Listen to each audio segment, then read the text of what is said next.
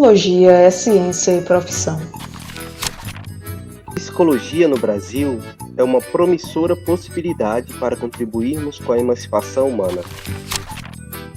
Psicologia no interior é um convite para uma prática mais sensível e contextualizada. Minha Nossa Senhora! O que há, rapaz? Pobre de mim, pobre do João Grilo, era rico nesse instante, agora é pobre de novo! Não me diga que você perdeu o dinheiro. Perdi nada, João, tá aqui. E por que essa gritaria toda, homem de Deus? Eu pensei que você tinha morrido, João. E eu, achando que você tinha morrido, prometia dar à Nossa Senhora todo o dinheiro pra você escapar. Ai, meu Deus! Ah, promessa desgraçada! Ah, promessa sem jeito! Eu sou um menino de interior, eu nasci e fui criado em interior. Agora moro numa capital, mas eu sei que tem muita diferença entre uma capital e um interior. Irmão, cidade do interior tem nada a ver com capital, é tudo diferente, tudo diferente. São tudo diferente da capital, mas cidade do interior são tudo igual. Eu vou mudar, irmão do Jorel. Você vai cortar o cabelo? Não, eu vou me mudar. Ah, você vai cortar o seu próprio cabelo, então? Eu vou me mudar pro Japão. Por quê? Porque minha mãe vai trabalhar lá. E o que sua mãe faz? Ela abre umas pastas, lê os papéis, dá uns telefonemas, sei lá, fica no computador. Você vai mudar no fim do ano? No fim da tarde. Onde tem gente, tem psicologia, para acolher e fazer refletir. Está começando agora o seu Momento Psi. Olá, pessoas, muito boa tarde, ouvintes, surdos belemitas, das demais comunidades vizinhas também.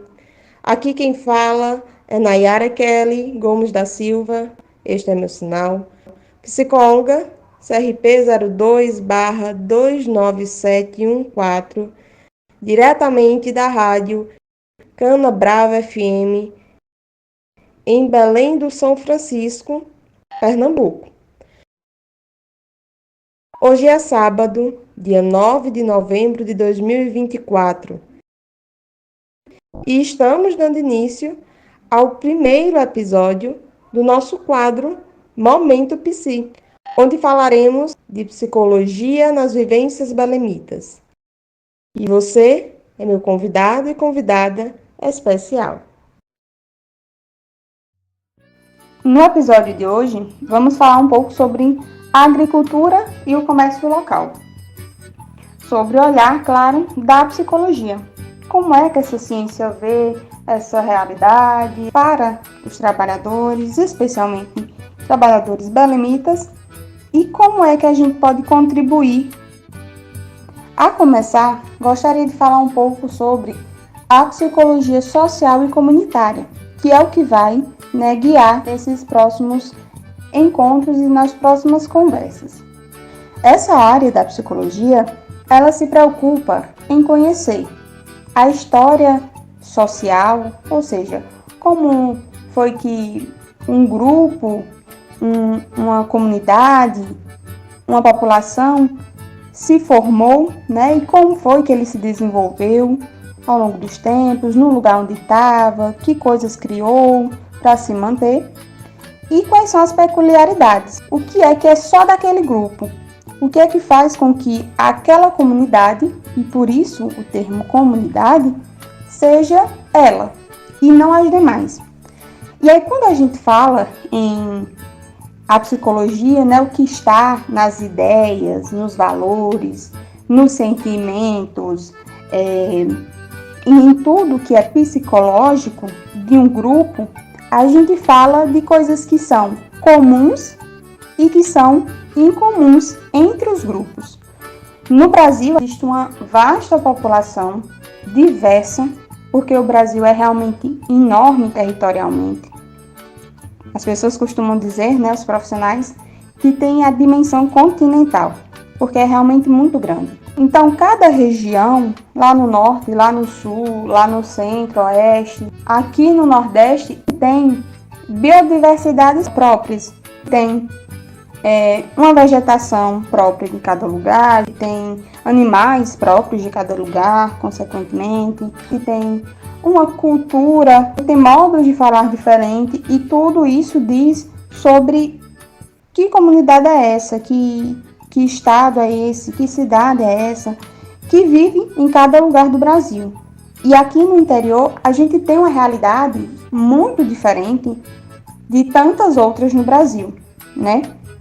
Se for aí comparar Pernambuco com São Paulo, que é uma capital onde as pessoas aqui no Nordeste vão muito, né? A gente vai perceber que as diferenças são enormes. Primeiro porque São Paulo é uma cidade urbana, é uma cidade industrial, é uma cidade pensada e planejada para o trabalho industrial, né? Para o fluxo de pessoas.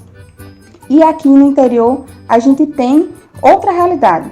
Tem uma realidade pensada e vivida por pessoas que vivem da água, que vivem da terra, que vivem da plantação, do cultivo, da cultura, da história, da criação, não só criação de animais, criação de produção de alimentos, mas criação também de costumes, criação de arte, criação de tantas outras coisas que são nossas. E assim é em cada lugar, né, em cada estado, em cada cidade. Mas existe uma coisa muito interessante, especialmente em relação ao Brasil, que é sobre a distinção entre essas duas realidades, a realidade urbana e a rural. A primeira delas é que não existe só um modelo de urbano e menos ainda só um modelo de rural.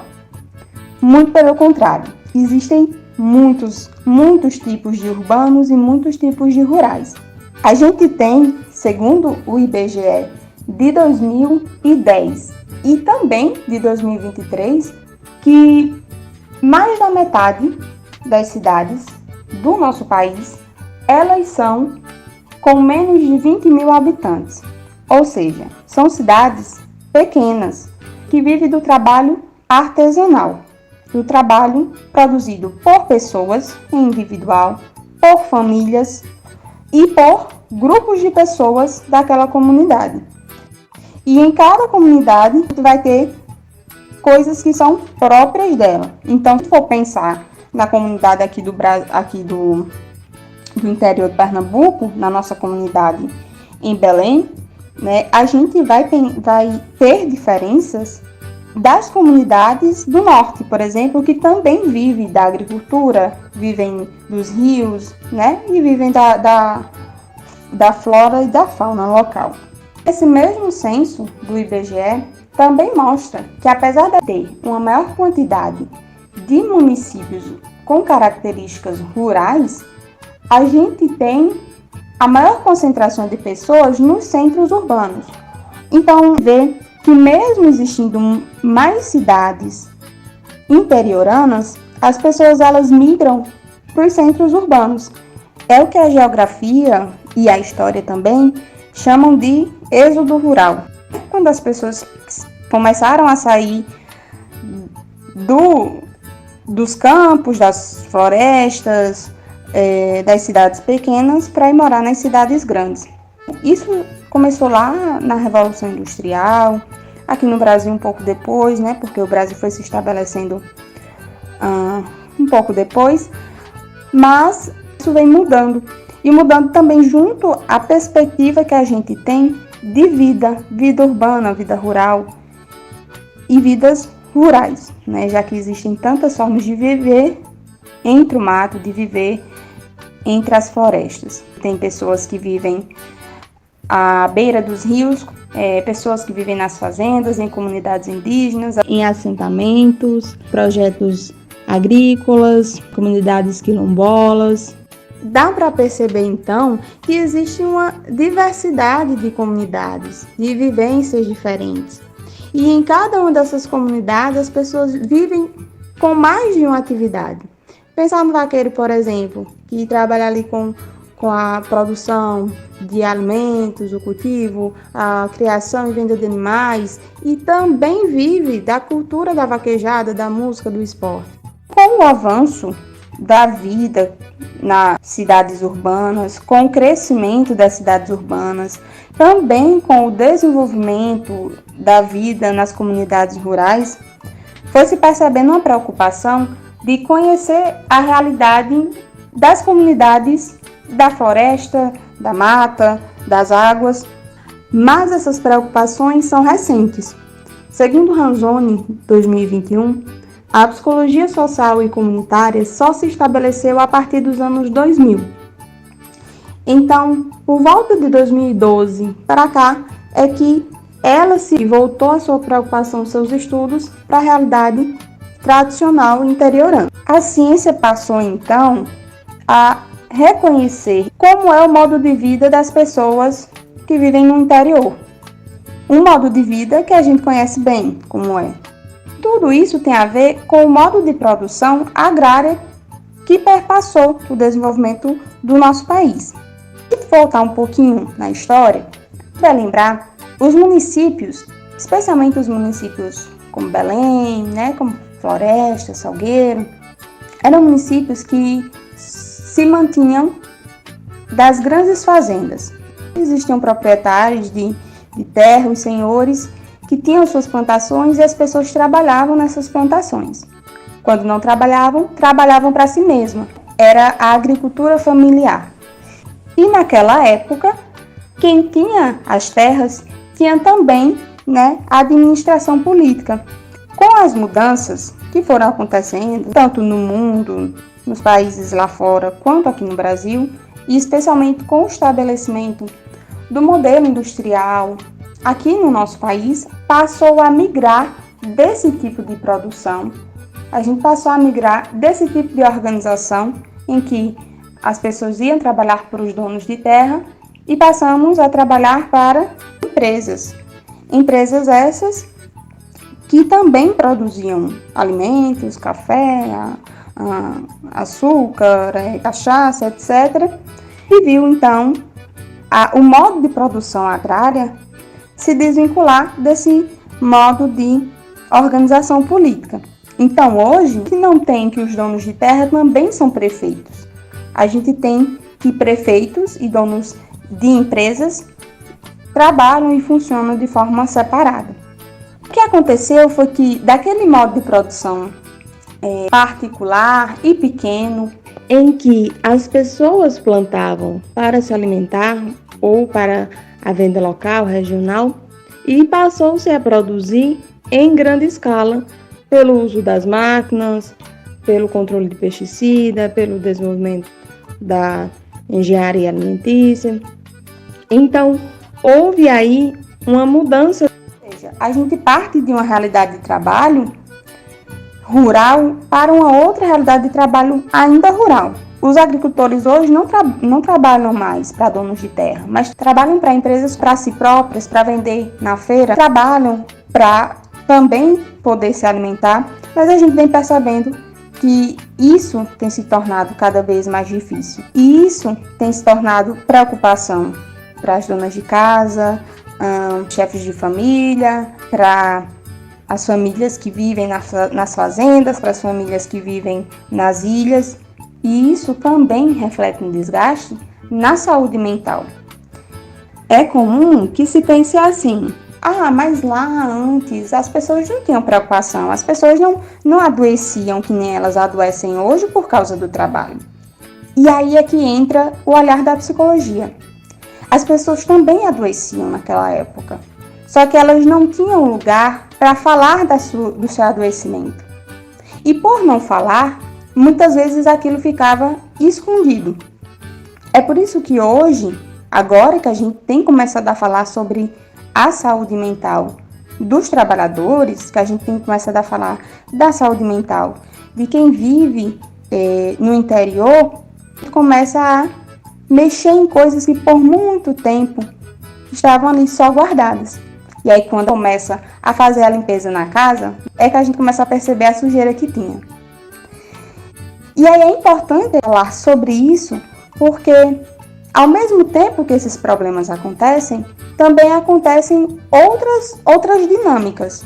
Acontece a situação de, por exemplo, as pessoas começarem a migrar dos centros urbanos para as pequenas cidades.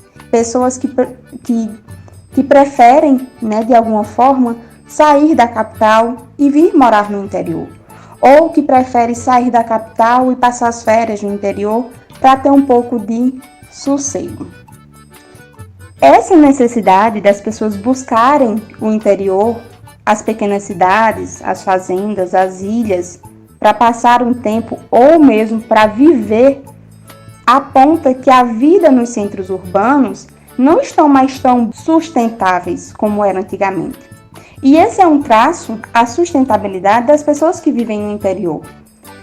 Percebe que existe no interior um modo de vida sustentável, um modo de vida onde as pessoas usam, comem, produzem na terra, da água, da cultura, de uma forma em que a própria natureza tem condições de se regenerar, de se reproduzir novamente para que os seus recursos sejam utilizados novamente por nós. O que nem sempre acontece nas grandes cidades. É claro que existem também pontos muito importantes, muito fortes nos centros urbanos. Quando os profissionais se formam ou quando os profissionais desenvolvem seu trabalho e migram para os centros urbanos em busca de um cargo, de desenvolver sua empresa, de ter pacientes, né, de ter clientes, ter pessoas com quem elas possam trabalhar, é justamente porque toda a organização da nossa sociedade, tanto em política, quanto em cultura, quanto em desejos, ela é pensada para os centros urbanos, ela é pensada para as grandes cidades. Então, as pessoas vão para a capital pensando em desenvolver, em ter o seu trabalho, em ter o seu dinheiro. E isso é completamente válido.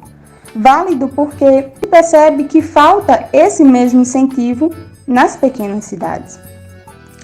E tudo isso, né, vai influenciando, vai mudando, vai impactando a nossa saúde como um todo.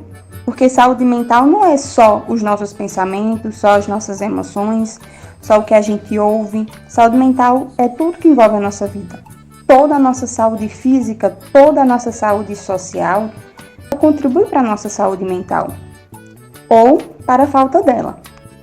Então, é muito verdade e é muito bom que o avanço da indústria e da tecnologia tenha trazido tantas facilidades para o nosso dia a dia. Mas também é verdade que nem sempre o desenvolvimento econômico ele é indício de um desenvolvimento social.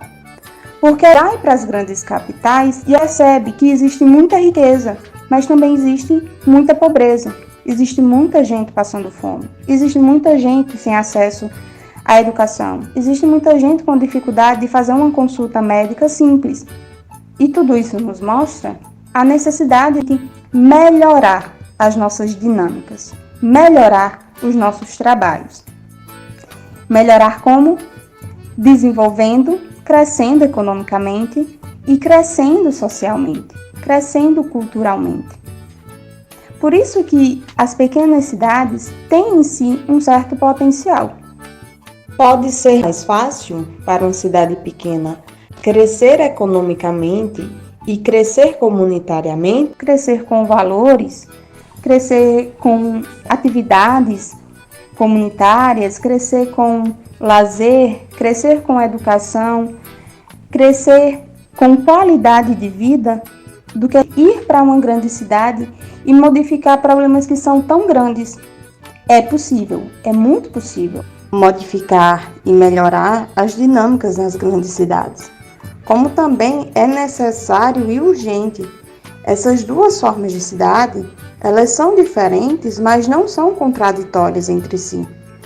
O fluxo econômico, social e político que ocorre em uma influencia na outra. Não só quando as pessoas migram, como já comentado, mas também quando elas permanecem. O acesso a histórias em livros, rádio, televisão e principalmente atualmente na internet já nos aproxima psicologicamente de lugares que nunca estivemos fisicamente. Muitas de nós nunca fomos ao Carnaval do Rio, por exemplo, mas nós temos uma ideia de como é. Mas, em se tratando do interior, que é o nosso caso, há que se pensar como seria isso. Como seria desenvolver respeitando os hábitos, os modos de ser e de falar, o tempo e o ritmo que se leva para fazer as coisas e as próprias coisas e recursos que são feitos e são utilizados aqui.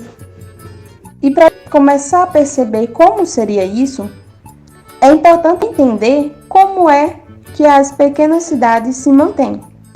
O pesquisador Albuquerque, ele aponta que a maioria das cidades pequenas, elas se mantém de pequenas indústrias, do comércio local, do serviço público e de aposentadoria.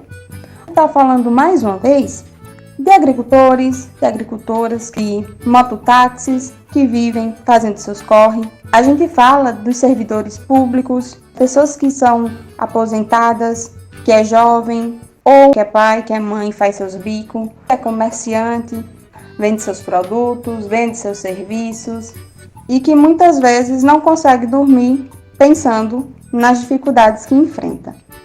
Para ilustrar essa dificuldade, que não é só da população belemita, eu vou buscar de novo o IBGE como referência para contextualizar um pouco disso.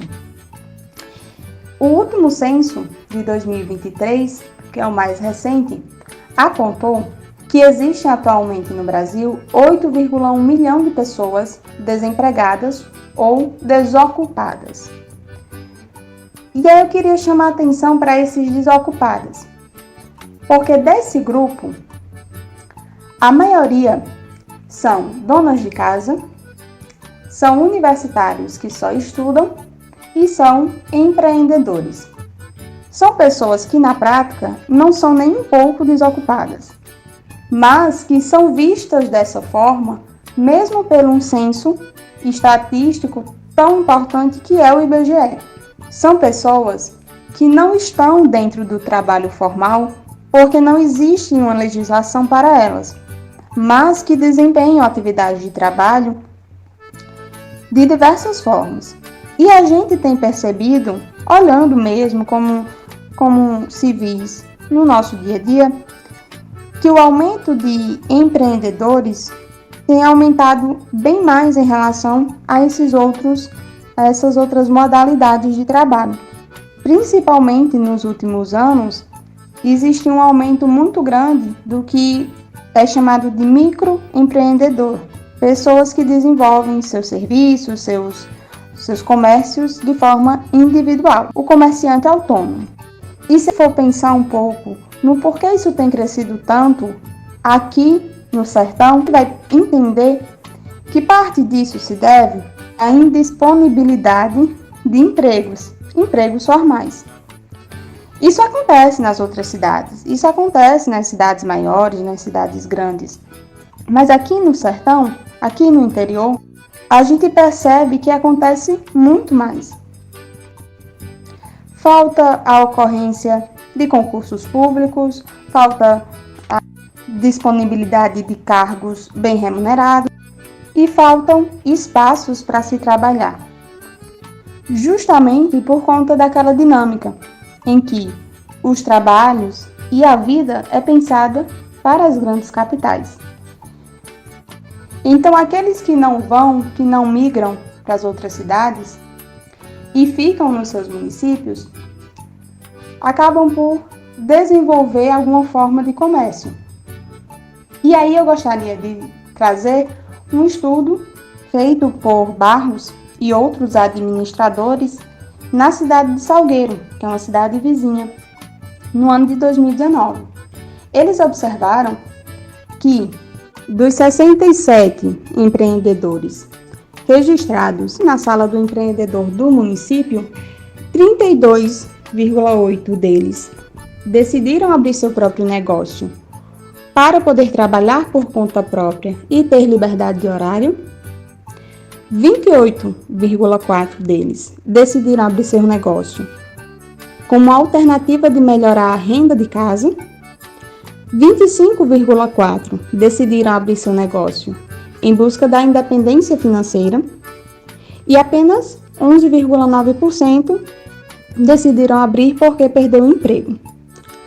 Os 1,5% restante foram por outros motivos.